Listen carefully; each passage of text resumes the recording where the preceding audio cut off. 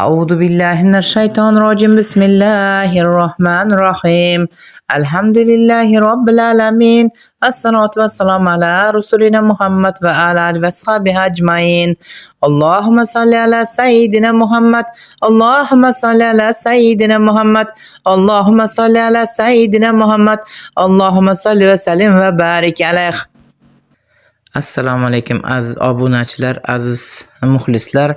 Bugun sizlarni e'tiboringizga havola etadigan yana bir duolardan biri boylik tufayli yuzaga keladigan manmanlik, kibr, havo va vasvasaga ham Allohdan panoh berishini so'rab iltijo qilish lozim. Zero oxir zamonning eng katta fitnalaridan biri mol fitnasidir. Ya'ni daromadning fitna bo'lishidan qutulish duosi. Bu sizga e'tiboringizga havola etadigan duoyimiz. Alloh o'zi qodir qilganicha. Farz namozlardan keyin o'qiysiz albatta. Allohumma inni as'aluka 100 marotaba, astag'firulloh 100 marotaba, Allohumma solli ala sayyidina Muhammad 100 marotaba. Boshida, oxirida ham xuddi shu tarzda yakunlaysiz. Bu duoni 3 marotaba yo 7 marotaba o'qib yursangiz, daromadingiz fitna bo'lishidan, o'zingiz kibr havoga berilib, butun Allohni unutib, yomon amallar qilishdan saqlanasiz inshaalloh taolo.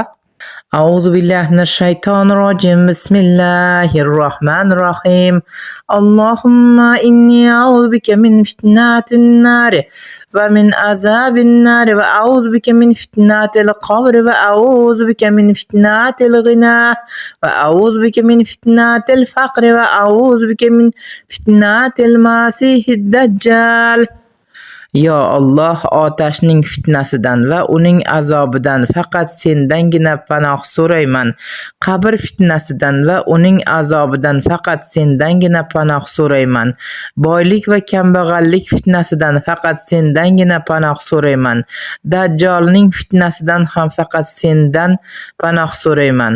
Duoda bir necha xususda Allohdan panoh so'ralmoqda. Masalan, do'zax olovidan, chunki bu otashdan panoh tilashimiz haqida Qur'onda bir necha ogohlantirish bor. Qabr azobi va fitnasidan omonlik tilash ham muhimdir. Alloh taolo bu xususda aytadi: "Bas mening eslatmamdan kim yuz o'girsa kofir bo'lsa, bas uning uchun tang baxtsiz turmush, qabr azobi bo'lishi muqarrar va biz uni qiyomat kunida ko'r holda tiriltiramiz."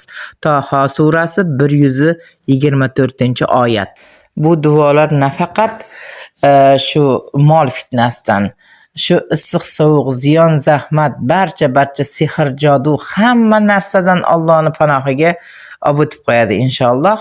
Faqat Allohga inongan holda, ya'ni Allohga o'zimizni topshirgan holatda o'qishimiz, ixlos ila bajarmog'imiz shart bo'ladi bunda. Hammamizning yo'limizni Alloh taolo o'zi ravon qilsin, ikki dunyomizni obod qilsin. Uylarimizga farzandlar kulgusi, yaxshiliklar, to'ylar, yaxshi amallarni Allohim o'zi nasib ro'zi aylasin.